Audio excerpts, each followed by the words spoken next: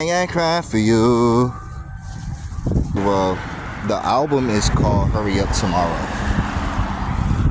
It's called Hurry Up Tomorrow, The Weeknd. This is a trilogy from the Dawn FM, After Hours, and this one. This is the trilogy, him ending The Weeknd, becoming Abel Tesfaye, his government name, or I guess, to me, my interpretation, he found himself. We know he was highly inspired by Michael Jackson, right? And he showcases that. He doesn't try to mimic, he doesn't try to copy, but he does show that he is inspired by the greatest of all time, Michael Jackson.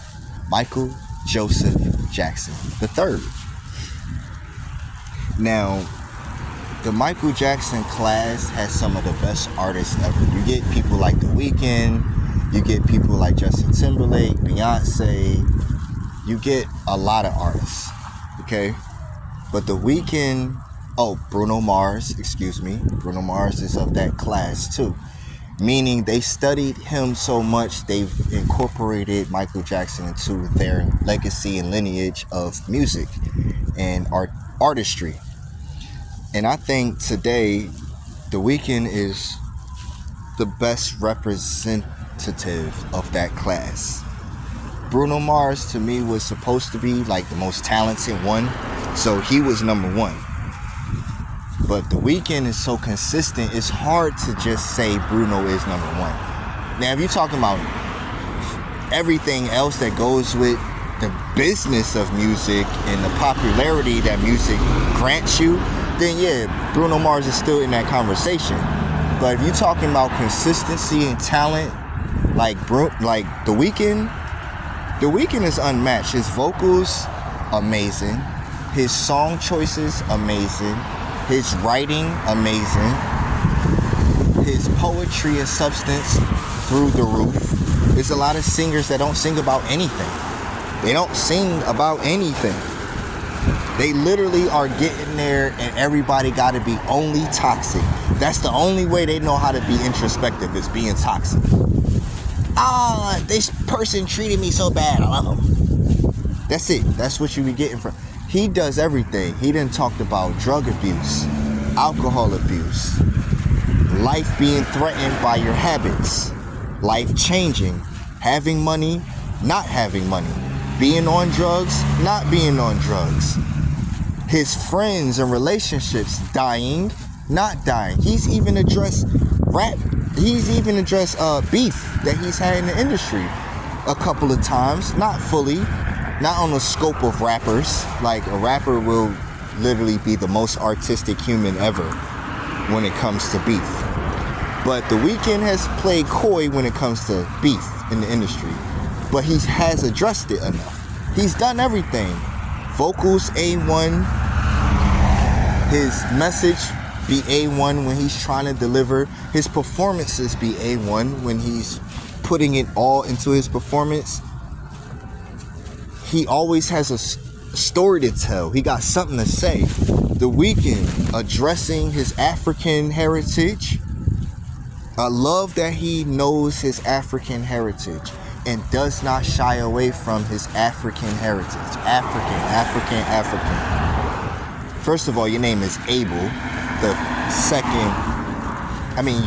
the second guy of creation besides Cain.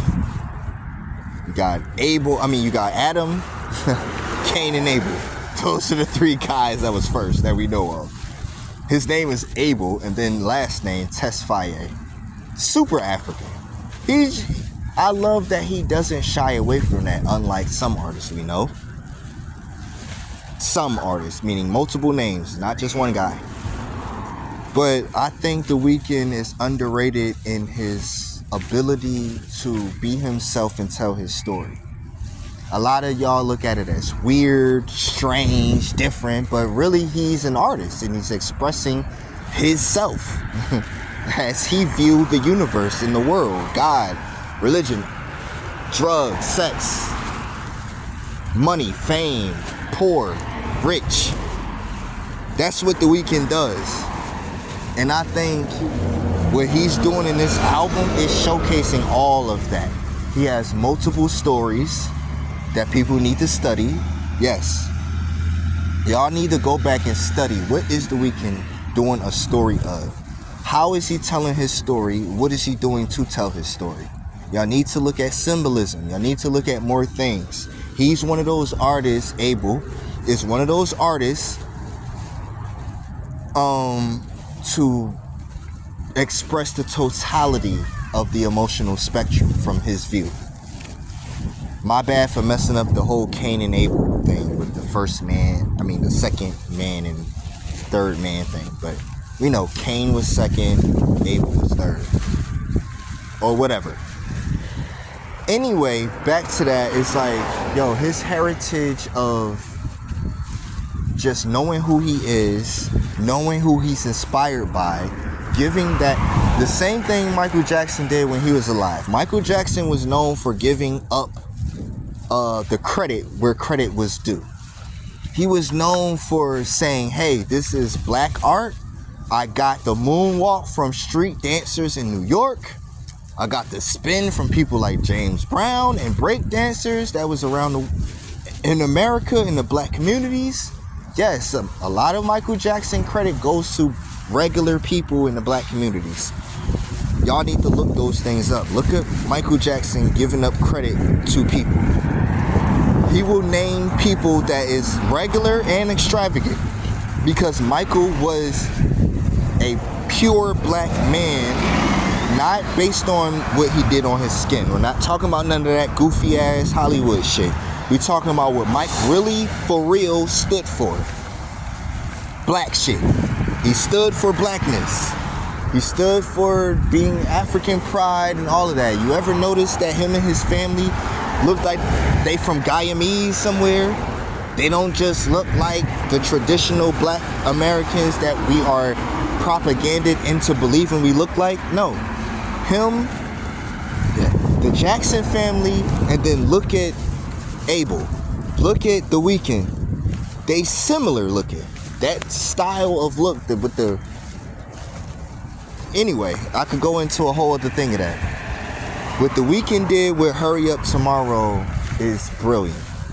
Okay? His production, his ear to music, his ability to pick good beats. We just talking about beats. This man picks amazing production. I don't know if he's fully into the selection and the creation of the beat itself or the instrumental itself. Sometimes it's samples, sometimes it's mixtures of things, but he has an ear for music like all of our great producers. Example, Pharrell. Example, DJ Mustard. Example, like Irv Gotti, rest in peace. All of these type of people, they had an ear for music. Even what's the dude name? So Def. Man, sorry it's escaping me right now, but hold up. Jermaine Dupri, good ear for music. Sean Combs, good ear for music.